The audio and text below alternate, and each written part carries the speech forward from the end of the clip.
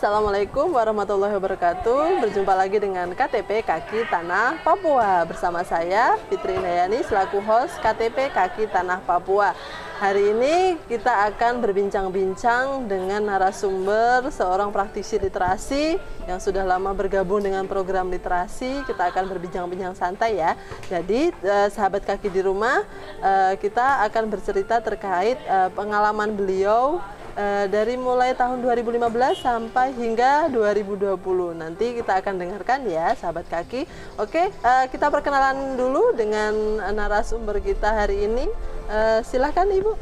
Baik, terima kasih. Halo semuanya, gitu. Salam sehat selalu, salam bahagia. Perkenalkan, nama saya Junita Sari. Saya salah satu praktisi dan pegiat literasi di tanah Papua, khususnya di Papua Barat. Saya berkecimpung di literasi sejak tahun 2015 hingga tahun 2020. Sebetulnya hingga saat ini juga saya masih berkecimpung di berbagai kegiatan literasi ya, gitu. Namun ada berbagai hal juga yang harus saya bagi, tidak hanya di literasi saja, baik di jenjang SD, saya juga aktif di jenjang untuk anak usia dini, literasi anak usia dini. Ya Bu. PAUD ya Bu ya? Iya. Oke Bu, ini terkait untuk pengalaman Ibu berarti kan sudah luar biasa sekali nih dari tahun 2015 hingga tahun 2020 nih sahabat kaki. Hingga saat ini pun beliau masih berkecimpung di program literasi, bukan hanya saja di SD tetapi berkecimpung juga di PAUD HI untuk anak-anak sekolah dini sahabat kaki. Jadi satu pertanyaan dari saya Bu, ini sebenarnya kalau misalnya dilihat Ibu sudah bergabung di program literasi ini dari tahun 2015 hingga tahun 2020. Iya. Pengalaman yang paling berkesan Bu selama mengikuti program literasi dari tahun 2015 hingga tahun 2020. Oke, kalau bercerita terkait pengalaman ya Mbak Fitri, banyak sekali yang saya dapatkan selama saya berkecimpung atau terjun di dunia literasi, apalagi dengan jenjang SD, jenjang anak usia dini gitu. Pastinya banyak hal-hal baru, baik itu seberapa jauh pentingnya sih literasi kita terapkan di anak usia dini gitu, seberapa pentingnya sih atau dampaknya untuk mereka di kehidupan mereka kemudian gitu.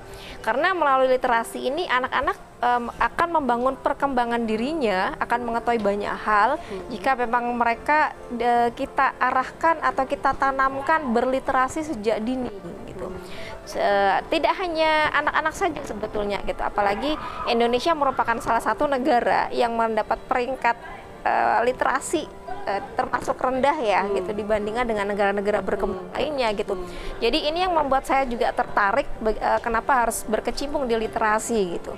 Salah satunya ya di sini saya bisa berbagi juga dengan guru-guru atau pegiat-pegiat literasi lainnya gitu. Bagaimana cara menerapkan literasi. Selama ini kan kita menerapkan atau mengimplementasikan literasi ini di daerah-daerah pinggiran dan terpencil, yang mana menjadi salah satu fokus atau ikon di Papua Barat bahwa dominannya daerah pinggiran dan terpencil pasti terbelakang gitu. Namun sebetulnya itu tidak ya, tidak menjadi sebuah patokan bahwa daerah pinggiran dan terpencil itu terbelakang dari yang namanya literasi gitu. Di perkotaan pun sebetulnya literasi juga merupakan sebuah hal, ada yang mengatakan itu adalah sebuah hal baru gitu. Bahkan sampai di tingkat mahasiswa pun tidak seluruh mahasiswa itu mampu berliterasi dengan baik. Jadi disinilah hal-hal baru yang saya dapatkan, baik itu metode, media, bagaimana mengimplementasikan literasi di jenjang anak usia dini, di jenjang sekolah dasar, bahkan sampai di jenjang tingkat orang dewasa. Jadi banyak hal, ya, bagaimana mengimplementasikannya. Luar biasa ya Bu. Jadi bukan kalau misalnya dilihat dari pengalaman nih, sahabat kaki.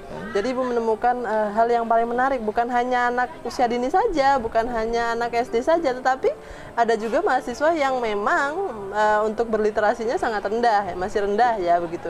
Jadi kalau misalnya kemarin program dari tahun 2015 hingga 2020 itu merupakan untuk literasi di program pinggiran dan terpencil ya Ibu ya. Betul kalau boleh tahu tugas pertama itu awal mengikuti program literasi itu di mana? Oke, saya tugas pertama waktu itu memang di daerah Kabupaten Sorong, khususnya di daerah selatan ya, di distrik Seget, di Kampung Seget itu sendiri, lalu ada di Kampung Kasim Sele dan di Kampung Kasimle. Jadi tiga kampung ini mendapat kebetulan berkesempatan didampingi untuk mendapatkan apa ya implementasi program literasi.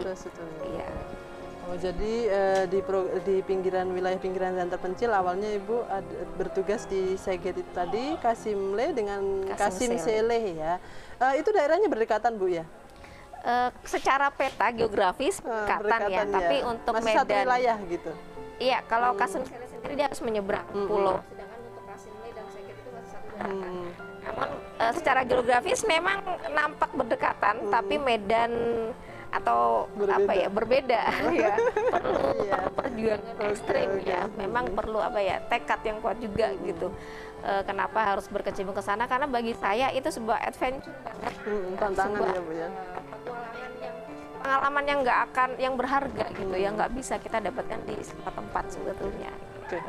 Oke, baik sahabat kaki, kalau misalnya tadi Ibu narasumber, Ibu Yunita sudah menjelaskan terkait tadi beliau membagikan pengalaman di daerah pinggiran dan terpencil. Itu bukan hanya saja di SD, tetapi juga untuk di kalangan masyarakat juga ikut ya Bu ya, untuk berliterasi. Jadi ada partisipasi gitu ya pastinya. Oke, tadi kalau misalnya Ibu menjelaskan, menyebutkan bahwa di daerah pinggiran terpencil itu merupakan adventure atau tantangan. Nah, ini tantangan yang sering Ibu temukan pada saat Ibu mengimplementasikan literasi tersebut di daerah tersebut. Kira-kira apa Bu tantangan yang paling membuat Ibu berkesan saat itu? Tantangannya banyak ya sebetulnya, tapi yang paling berkesan otomatis ketika kita harus berhadapan dengan praktisinya, apa ya, guru kepala sekolah yang sebetulnya bertugas di situ gitu. Karena itu sebetulnya adalah tulang apa ya, pokoknya ya, pokoknya pionirnya adalah di kepala sekolah dan guru ketika di sekolah. Namun kalau untuk masyarakatnya sendiri, antusias mereka untuk mendapatkan hal baru itu luar biasa, ya. Sekali, ya. Justru di sekolahnya inilah gitu kita yang harus betul effort betul untuk apa ya, para kepala sekolah dan gurunya gitu, karena tidak semua mereka itu standby atau berada di lokasi ketika kita harus mengimplementasikan. Contohnya ketika kita harus memberikan pelatihan, ternyata ada beberapa guru yang memang berhalangan untuk hadir. Nah, ini kan merupakan salah satu proses yang bisa jadi menjadi penghambat kita memberikan suatu hal baru yang nantinya bisa berlanjut untuk disampaikan kepada anak-anak gitu. Kalau untuk anak-anaknya sendiri justru mereka tuh senang karena mendapatkan hal-hal yang baru ya pastinya gitu. Apalagi mereka melihat bahwa dunia membaca, dunia buku, dunia cerita itu sangat menarik gitu. Karena tidak semua dari mereka itu memiliki fasilitas untuk mendapatkan hal tersebut gitu. Jadi sih ketika mereka mendapatkan, contohnya mendapatkan buku cerita yang menarik atau mendengar kisah-kisah yang menarik, cara belajar mereka itu termodif dengan lebih kreatif lagi, itu mereka lebih senang gitu. Hanya saja menjadi tantangan yang sangat membekas bagi saya adalah ketika yaitu bekerja sama dengan tenaga pendidiknya, terutama guru dan kepala sekolahnya tadi ya Bu ya. Wah, luar biasa sekali sahabat kaki. Jadi mulai dari awal Ibu bercerita tempat penempatannya dari tahun berapa hingga tahun berapa, tantangannya. Kalau misalnya tadi Bu, Ibu menjelaskan bahwa ada tantangan dari pendidiknya, guru dengan kepala sekolah itu tadi. Kalau misalnya dari masyarakatnya Bu, apakah pernah mungkin ada penolakan dari masyarakatnya atau dari orang tua siswa tersebut Bu untuk pengimplementasian program ini? Alhamdulillah selama saya mengimplementasikan, kalau dari pihak masyarakatnya tidak ya. Justru kita ini banyak berkolaborasi dengan masyarakat gitu. Contohnya dengan membuat taman bacaan masyarakat di kampung tersebut gitu. Dengan meminta kesediaan mereka membantu kita ketika kita contohnya membuat kegiatan event kampanye pendidikan lah gitu. Jadi mereka banyak melakukan kontribusi yang terpenting anak mereka ini bisa mendapatkan hal yang baru, yang lebih gitu, sehingga anak-anak ini bisa mendapatkan pembelajaran atau materi yang lebih baru lagi dan bisa maju dan tidak terbelakang pastinya gitu. Jadi orang tua, masyarakat kampung ini tidak berat hati gitu untuk membantu, berkolaborasi, berkoordinasi gitu. Sehingga kalau dari segi masyarakatnya mereka sangat mendukung. Sangat mendukung ya Bu, ya, untuk program literasi ini sampai di daerah mereka ya Bu. Iya. Oke, kalau misalnya tadi Ibu sudah bercerita terkait pengalaman, tantangan yang sudah pernah Ibu dapatkan di tempat tugas Ibu untuk program literasi ini. Dari cerita-cerita tadi Bu, pasti ada harapan-harapan yang mungkin ada di benak Ibu. Kira-kira harapan pada saat itu apa untuk anak-anak di daerah tersebut? Harapannya ya yang pertama pastinya memohon dukungan secara maksimal dari pemerintah daerah khususnya terkait implementasi literasi secara tindak lanjut ya, secara berkesinambungan secara jangka panjangnya. Karena apa? Jika sebuah program dan memang dirasa program itu memberikan perkembangan yang luar biasa, itu bagusnya memang mari kita sama-sama mendukung bersama gitu. Entah itu baik dari kami sebagai pegiat literasi siap berkontribusi atau berkoordinasi. Nah, dari pemerintah daerah pun memberikan dukungan yang layak agar apa?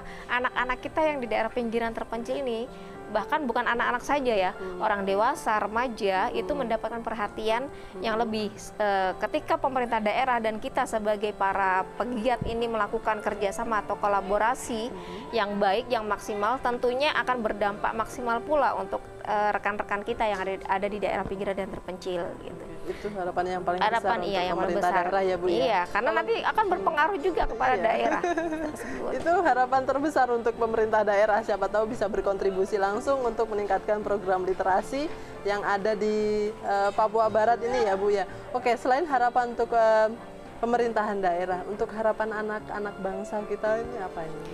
Ya contohnya kalau untuk harapan untuk anak-anak yang pertama jangan melupakan buku ya, karena yang pasti harus buku kita itu. ambil kutipan dari apa ya, bahasa Arab itu khairu jalisin fi zaman kitabun, sebaik-baik teman duduk adalah buku. Karena buku itu tidak pernah menyakiti, tapi buku itu selalu memberikan kita sesuatu hal baru, selalu memberikan kita kondisi yang menyenangkan, sehingga kita selalu merasa bahwa buku itu atau dunia ini menjadi istimewa karena dari sebuah buku. Buku tersebut. Iya. Oke. Wah, luar biasa sekali sahabat kaki.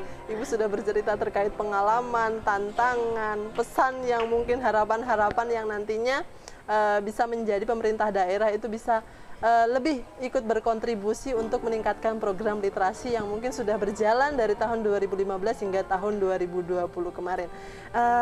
Berikutnya bukan hanya tadi Ibu menjelaskan bahwa bukan hanya saja di program literasi untuk tingkatan sekolah dasar, tetapi Ibu juga ikut berkontribusi untuk literasi di program anak usia dini, yaitu PAUD HI ya Bu ya.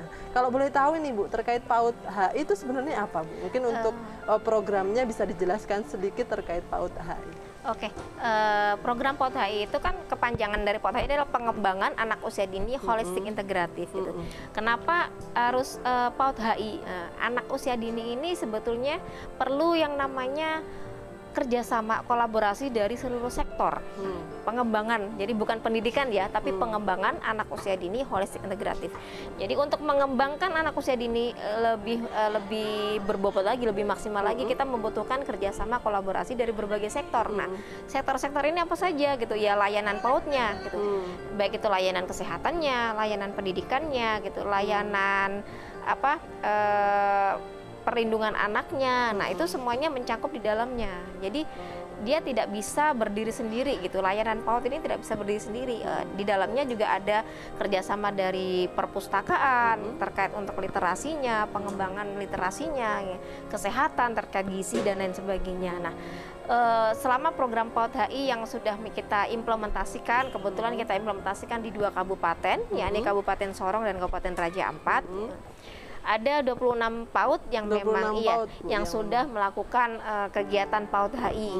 Jadi kegiatan-kegiatannya ada berupa sebuah pelatihan-pelatihan, terutama ada pelatihan praliterasi untuk anak usia dini, ada pelatihan perlindungan anak, ada kelas-kelas parenting yang memang kita kembangkan.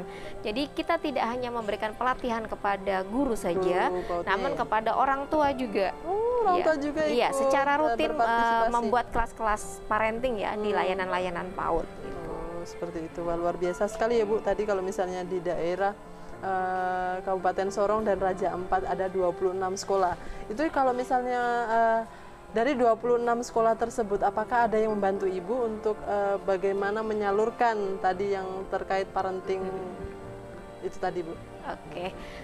Kebetulan dalam program PAUD HI ini kita memiliki beberapa fasilitator yang memang kita tempatkan di 2 kabupaten. Nah, jadi saya kebetulan saya di sini posisinya adalah sebagai koordinator program, sehingga saya ini dibantu oleh beberapa fasilitator yang mana mereka yang terjun langsung ke memberikan pelatihan, memberikan pendampingan ke PAUD-PAUD intervensi tersebut. Gitu.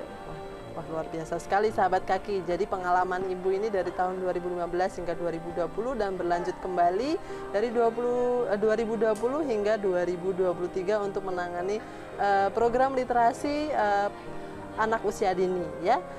Tadi Ibu sudah bercerita bahwa ada dari 2 kabupaten tersebut ada 26 sekolah nih Bu.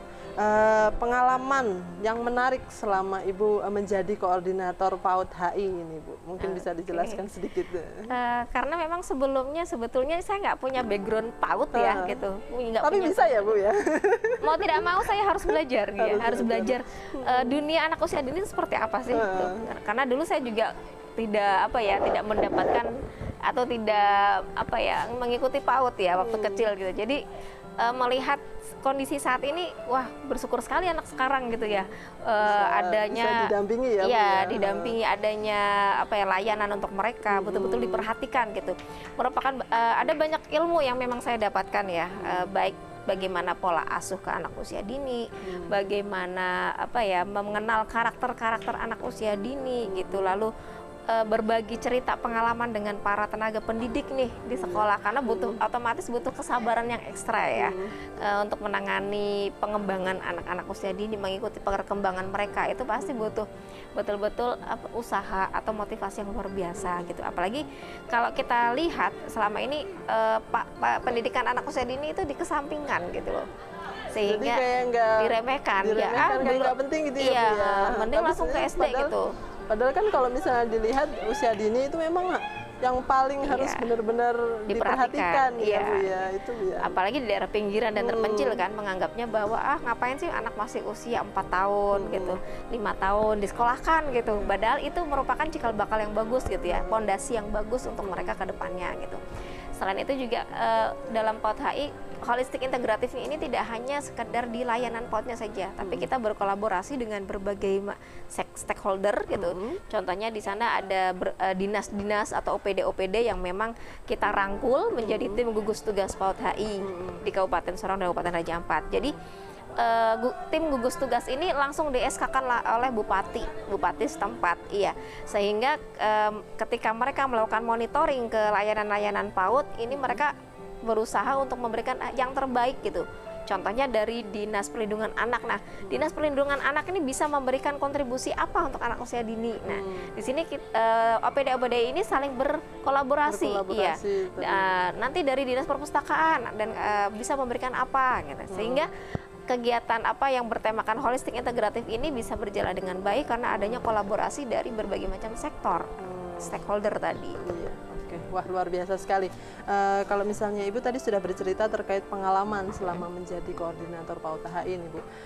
Tadi banyak stakeholder yang memang dilibatkan dari mulai Bapeda, perpustakaan itu tadi yang sudah Ibu sampaikan tadi.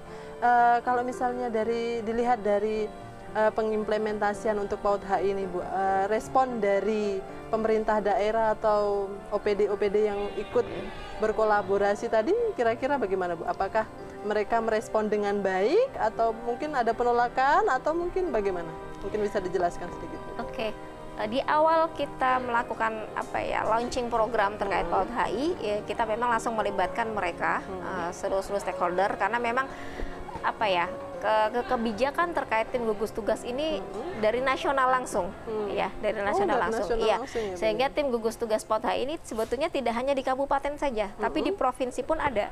Nah, jadi kalau di provinsi itu ada Bunda PAUD ya. Bunda PAUD itu kan adalah istri dari pejabat pemimpin daerah. Itu Bunda PAUD-nya. Iya, Bunda PAUD. Nah, Bunda PAUD juga memiliki yang namanya Pokja, Pokja Bunda PAUD. Nah, Pokja Bunda PAUD ini juga melakukan kerjasama atau kolaborasi dengan nasional, diturunkan ke provinsi, provinsi diturunkan ke kabupaten, nanti dari kabupaten diturunkan ke kecamatan. Jadi ada Bunda PAUD distrik, Bunda PAUD kelurahan. Wah, itu sudah ada, sudah dibentuk ya Bu. Iya. Jadi selama program PAUD HI ini berjalan, berarti semua bunda-bunda ini dilibatkan gitu ya Bu? Dilibatkan ya, mulai dari distrik, kecamatan, dan provinsi itu semuanya dilibatkan. Kalau misalnya dilihat dari cerita Ibu tadi, berarti seluruh dinas terkait itu sangat mendukung ya Bu, memberikan respon baik ya untuk bagaimana program PAUD HI ini berjalan dengan baik. Oke, harapan Ibu, satu pertanyaan terakhir dari saya, harapan. Kalau misalnya tadi harapan dari Ibu terkait program literasi sudah jelaskan, Dinas Pendidikan supaya ikut berkontribusi supaya praktisi-praktisi literasi ini bisa terus untuk mengembangkan program literasi yang ada mungkin di daerah pinggiran dan terpencil, mungkin bukan hanya di daerah pinggiran terpencil saja, di kota mungkin siapa tahu ada yang mungkin literasinya masih perlu diperbaiki itu tadi. Sekarang harapan Ibu terkait untuk bagaimana PAUD HI ini bisa berjalan dengan baik. Kalau untuk PAUD HI harapannya, karena tidak di semua kabupaten ya mengimplementasikan PAUD HI, harapannya ya pemerintah daerah dari kabupaten-kabupaten lain yang ada di provinsi, apalagi sekarang sudah melakukan pemekaran Provinsi Papua Barat Daya gitu, harapannya bisa turut serta mengimplementasikan juga gitu. Karena apa? PAUD adalah jenjang sebelum masuk SD gitu. Bagaimana kita menyiapkan? Iya, bagaimana pemerintah daerah juga harus fokus menyiapkan anak-anak usia dini ini sebelum masuk ke dunia sekolah dasar. Ya, harapannya ya pemerintah daerah dari berbagai macam kabupaten lain ya, khususnya selain Sorong dan Raja Ampat, bisa ikut mengimplementasikan program ini. Jadi bukan hanya di Kabupaten Sorong saja dan Kabupaten Raja Ampat, siapa tahu kabupaten-kabupaten lain juga ikut mengembangkan program ini ya Bu. Wah, luar biasa. Oke, sahabat kaki, tadi sudah banyak sekali pengalaman menarik apa yang menjadi dasar-dasar pemerintah daerah itu bisa berkontribusi untuk pengembangan program literasi dan program PAUD HI ini. Jadi tadi seperti yang Ibu Yunita sampaikan, untuk program literasi ini jangan sampai ditinggalkan, kalau bisa memang harus dikembangkan. Buku, yang utama adalah buku, jangan sampai meninggalkan buku karena buku merupakan jendela dunia ya Bu ya. Jadi dari dasarnya kalau misalnya buku itu ditinggalkan, pengalaman-pengalaman yang mungkin akan muncul nantinya kalau misalnya kita tidak berteman dengan buku, pengalaman-pengalaman itu atau ilmu-ilmu yang mungkin belum kita tahu, belum pasti kita tahu. Oke, sahabat kaki, sampai di sini untuk perbincangan kita kali ini dengan Ibu Yunita. Terima kasih Ibu sudah memberikan waktunya untuk berbincang-bincang di sini. Baik sahabat kaki, sampai di sini untuk perbincangan kita kali ini. Sampai bertemu lagi di lain waktu. Oke Ibu, bisa salam literasi ya, gitu. Mari kita majukan program literasi khususnya untuk anak-anak. Karena apa? Anak-anak adalah yang menjadi cikal bakal masa depan kita semuanya. Salam literasi. Literasi selalu mantap di hati.